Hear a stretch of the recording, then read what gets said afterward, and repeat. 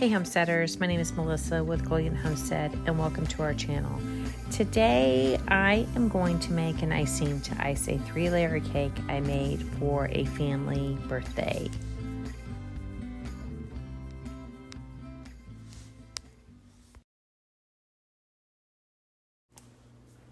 I found this great recipe on Pinterest and decided to make a 3-layer cake for our daughter and for Steve for his birthday, for a family get together that we had over the weekend, and wanted to do a buttercream icing as well. So we started with 3 cups of butter at room temperature, and we whipped that together in our KitchenAid mixer that we whipped for about 5 minutes till it got nice and fluffy.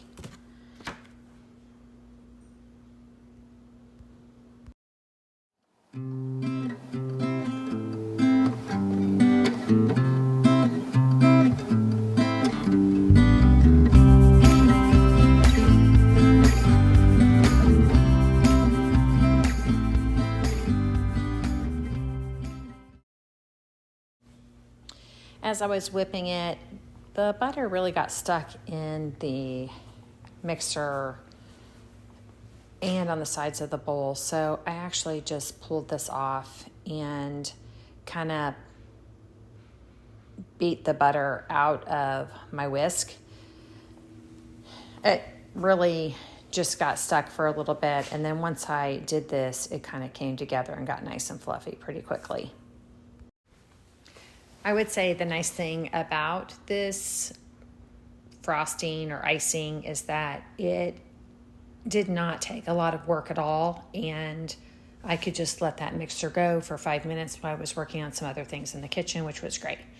So next we are going to measure out our powdered sugar. Now the powdered sugar that it suggested was 4.5 to 5 cups of powdered sugar you added to the butter, but I doubled this recipe, so that was going to call for 9 to 10 cups of powdered sugar. So what I started with is I measured out 5 cups of powdered sugar to start and added that in slowly, which we'll see here in just a minute.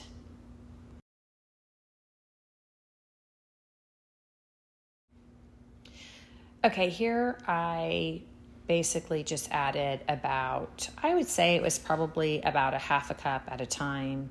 And I have my mixer to set at like low to medium and just continue to add powdered sugar. Now this first part of powdered sugar that I only added 5 cups of powdered sugar. And just continue to slowly add that as it began mixing and incorporating it all in. I'm telling you, this was really one of the easiest icings I've done from scratch. So just continue to add that powdered sugar in. You are going to have to scrape eventually, and I'm telling you, every time I work with powdered sugar, it just ends up kind of a mess everywhere. That's why I have my apron on, and at the end of making this icing, I literally had powdered sugar all over the countertop, but that's okay. That's part of baking, or at least it is in my kitchen.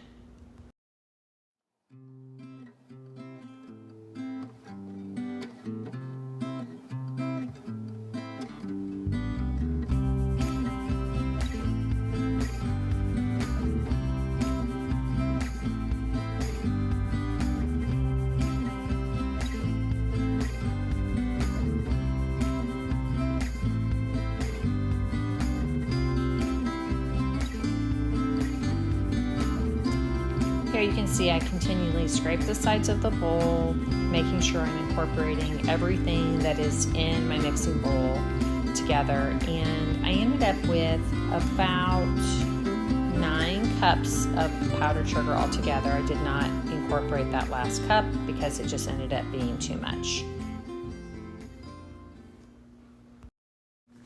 Okay, so the end of whipping the powdered sugar in with the butter, we added a 1/2 teaspoon of salt, 8 teaspoons of vanilla, and about I think we added 6 to 8 teaspoons of milk. You can kind of play around with that depending on how thick you want or thin you want. Depends on the consistency of your icing that you're looking for. So I made actually 4 layers to this cake only because I had enough batter to make 4 layers, but we ended up only using 3 layers. And this is the first time I've ever done a 3-layer cake, so please don't judge my icing.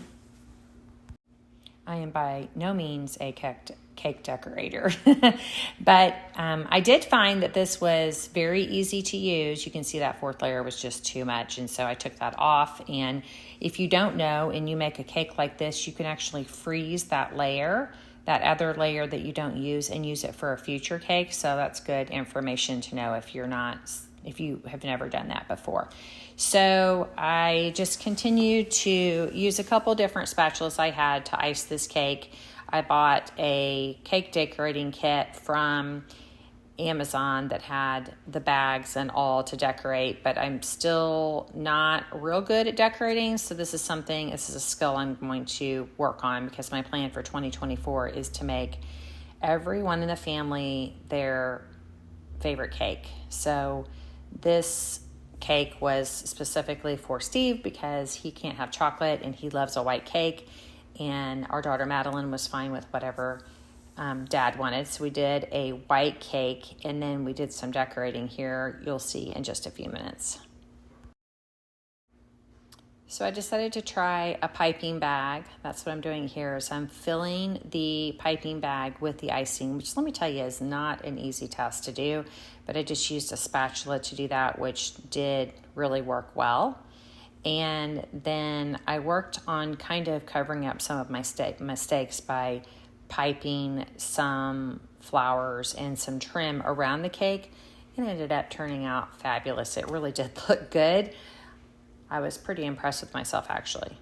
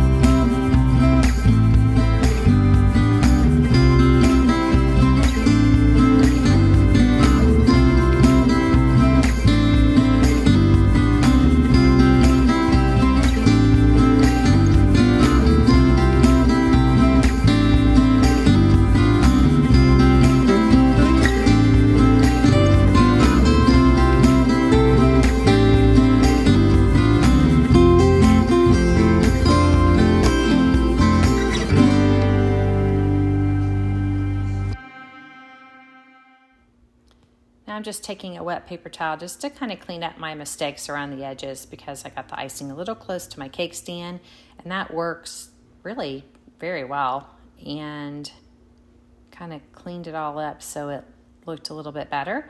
And then I did some piping along the edges of the, right there, I'm actually fixing a little, that there were some little spaces that the icing was a little thin and you could see the cake, and I didn't like that.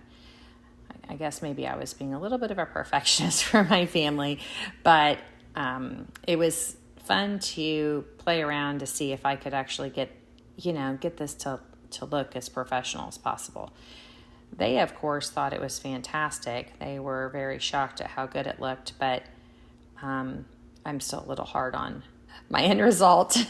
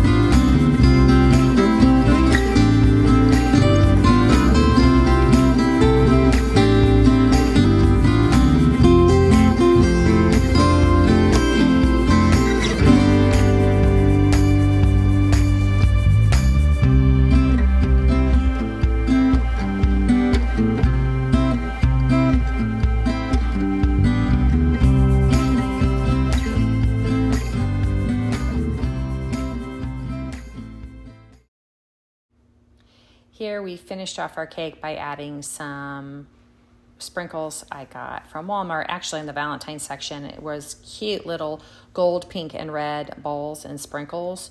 We had to kind of press them down in the icing so that they didn't roll off, but really, I think it turned out great, and I hope you have enjoyed this little tutorial that we did on buttercream icing, and good luck on your next try at your cake. Thanks for joining us today.